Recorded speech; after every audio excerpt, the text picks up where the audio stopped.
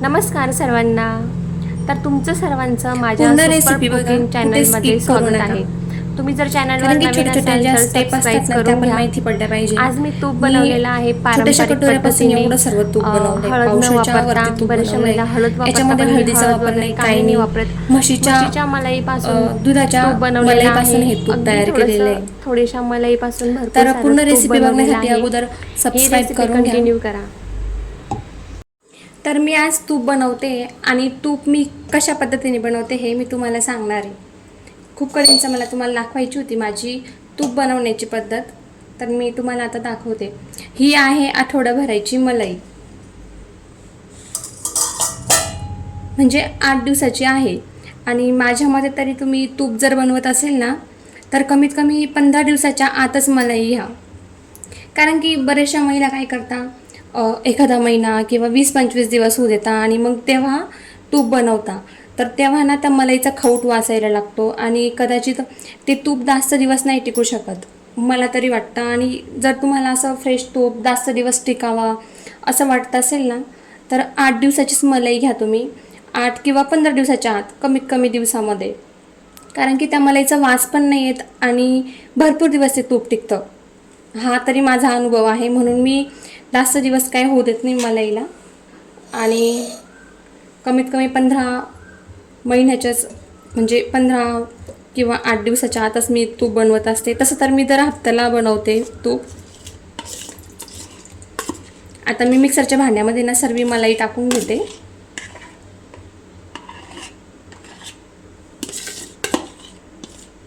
ही मलाई ना आपल्या म्हशीच्या दुधाचीच आहे, गाईचं नाही बरं.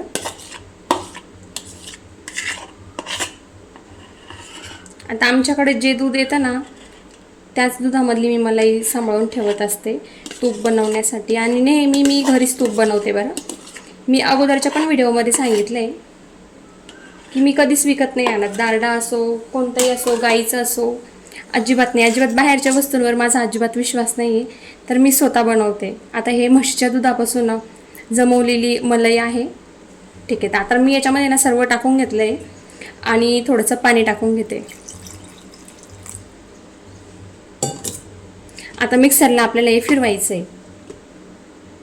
मिक्सरला आहे ना तुम्ही अशा पद्धतीने फिरवा, कंटिन्यू चालू नका ठेवू. कारण की कंटिन्यू चालू ठेवल्याने ना याच्यामध्ये क्रीम तयार होते, म्हणजे असं क्रीमी तयार होतं. आणि जर तुम्ही बंद चालू करशाल ना तर याच्यामध्ये लगेच लोणी तयार होतं, म्हणजे लोणी लवकर तयार व्हायला मदत होते. एक मिनटं, बटन चालू करून घेते, मी विसरले. अशा पद्धतीने तुम्ही ना बंद चालू करा, म्हणजे लोणी पटकन तयार व्हायला मदत होते. आणि जर कंटिन्यू चालू ठेवलं ना त्याच्याने काय होतं, क्रीम तयार होते, लोणी लवकर म्हणजे तयार नाही होत.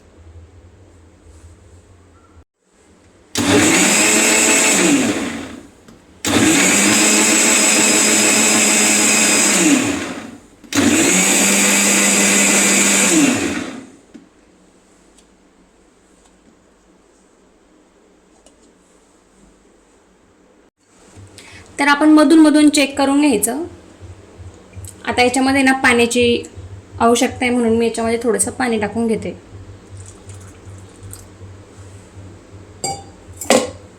आणि अजून एक महत्त्वाची गोष्ट म्हणजे मी याच्यामध्ये 2-3 चमचे दही टाकलेलं होतं जेव्हा मला मलाई जमवायची होती ना तेव्हा.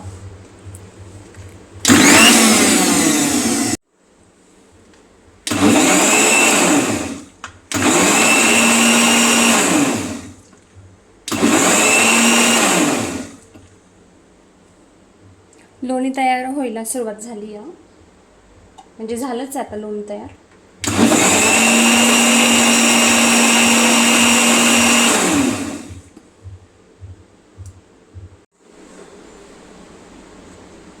तुम्ही पाहू शकता हे सगळं वरती जे आले ना ते लोणी. आता हे लोणी आपण काढून घेऊ. तुम्ही एखाद्या चमच्याच्या साह्याने काढून घेऊ शकता, कारण की हात खूप तेलकट होता. तूप बनवायचं म्हटलं ना भांडे पण भरपूर तेलकट होता, हातही तेलकट होता.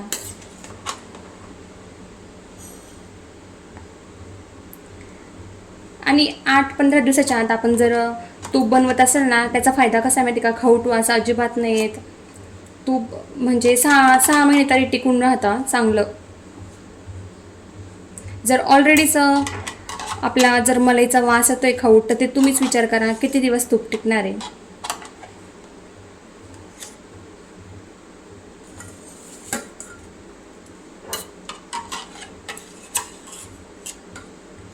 आणि हो, महत्त्वाचं म्हणजे हे सुद्धा आपण टाकून देणार नाही. त्याच्यापासून मी काय बनवते हे पण बघा. आता अजून एक वेळेस आपण याला फिरवून घेऊ. अजून थोडंफार लोणी निघेल तर निघेल.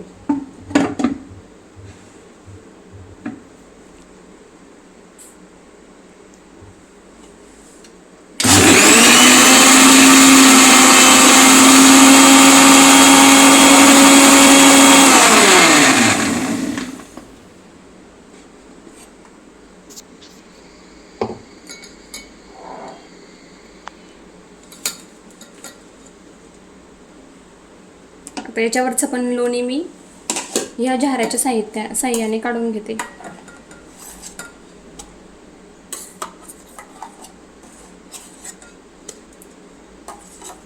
आता अगोदर आपण तूप बनवून घेऊ आणि नंतर दाखवते मी तुम्हाला मी हे उरलेल्या जे मलाईचं दूध आहे ना, याच्यापासून मी काय बनवणार आहे. तर जर जास्त आंबटपणा असेल ना तर हे ताक असतं बरं, पण माझ्या ह्याला जास्त आंबटपणा नाही आहे कारण की मी दही कमी टाकलं होतं. तर आता जे आहे ना, मी हे एक वेगळ्या भांड्यामध्ये काढून घेते.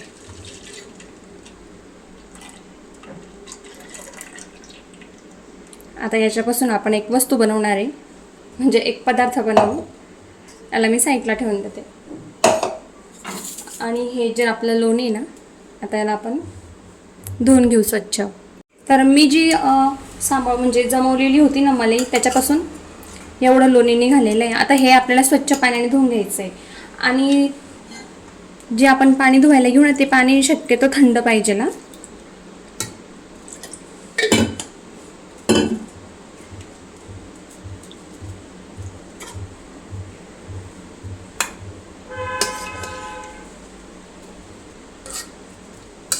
सगळं लोणी आपल्याला एका गोळ्याला लावून घ्यायचं आहे आणि जे पाणी आपल्याला ते टाकून द्यायचं आहे.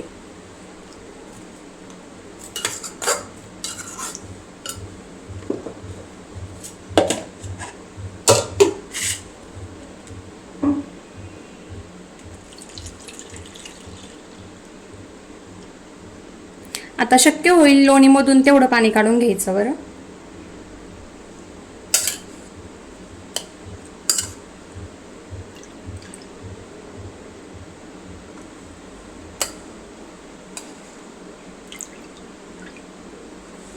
आता हा आहे एवढा लोण्याचा गोळा.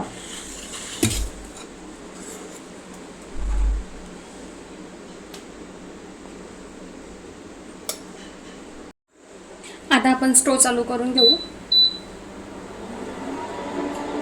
सुरुवातीला आहे ना, हाय फ्लेम ठेवायचा.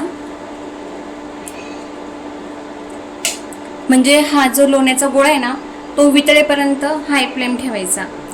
जेव्हा हा पूर्ण गोळा वितळून जाईल ना, तेव्हा आपल्याला लो मिडियम करायचे आहेत.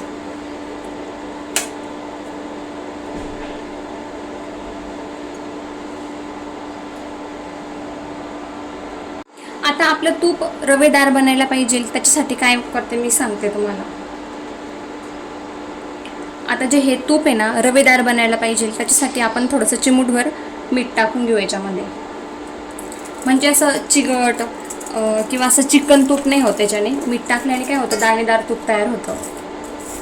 तर मी हे मीठ नेहमी वापरते तूप बनवायच्या वेळेस. लोण्याचा गोळा आहे ना, पूर्ण वितळले. आता आपल्याला ना लो किंवा मीडियम फ्लेम करायचं आहे. म्हणजे काय होईल, हे उतू नको जायला पाहिजे, त्याच्यामुळे आपल्याला लो फ्लेमवरच तूप बनवायचं आहे. मधून मधून चमचाने फिरवत राहायचं आहे, कसं तूप लागायला नाही पाहिजे खाली, त्याच्यामुळे.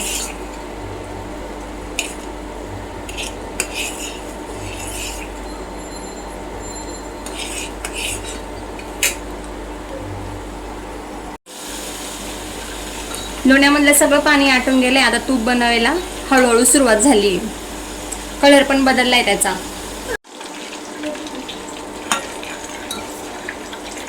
आता बऱ्याच जणांना हे माहिती नसतं की तूप झालं कसं हे कधी समजायचं. आता हे जे लोणी राहिलेलं आहे ना, हे अजून पांढरं पांढरं दिसतंय आपल्याला.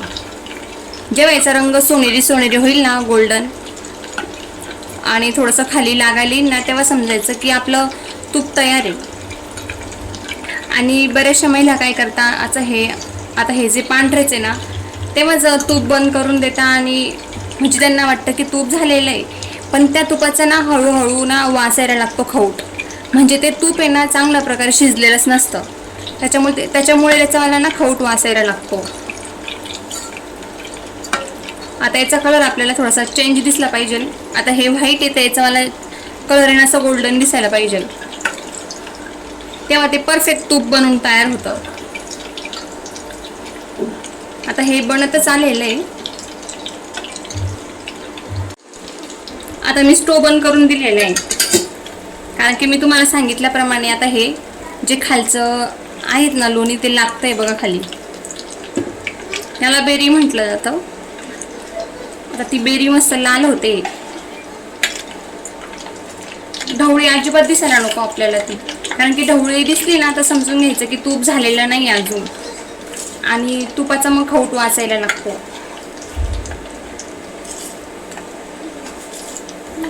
आता इकडे आपल्याला गॅस बंद करून द्यायचा आहे. तूप होतच आलेलं आहे आपलं. पूर्णतः ती बेरी जी आहे ना ती सोनेरी रंग झालेला आहे तिचा मला. आता मी तुम्हाला तूप थंड झाल्यावर दाखवते. माझ्याकडे फक्त एवढीशी 1 कटोरा मलाई होती आणि एवढ्याशाच मलाईपासून भरपूर तूप तयार झालंय. तरी ते पावशेरच्या वरती तूप तयार झालेलं आहे.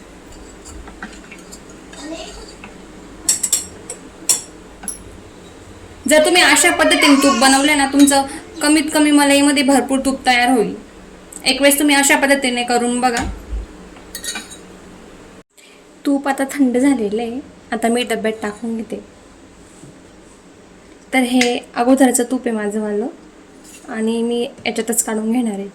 आता हे तूप एवढंच आहे बरं, असं. तर आता याच्यात टाकून घेते मी, गाळून घेते पण.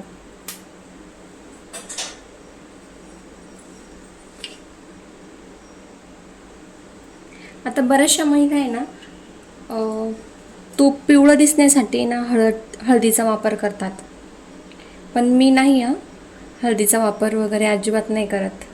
कारण की कसं आपण एखाद्या वेळेस उपवासाला पण वापरतो ना.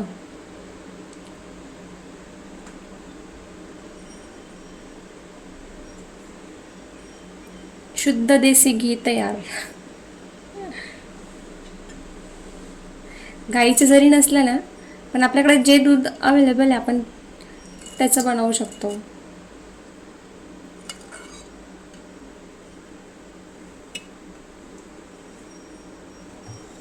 आता हे जे आहे ना, हे बघा असं झालं पाहिजे बरं. जी खालची बेरी ना ती इथपर्यंत लाल झाली पाहिजे, अगदी काळी पण नाही बरं, नाही तर तुपाचा रंगच बदलून जाईल. आणि इकडे आपलं तूप तयार.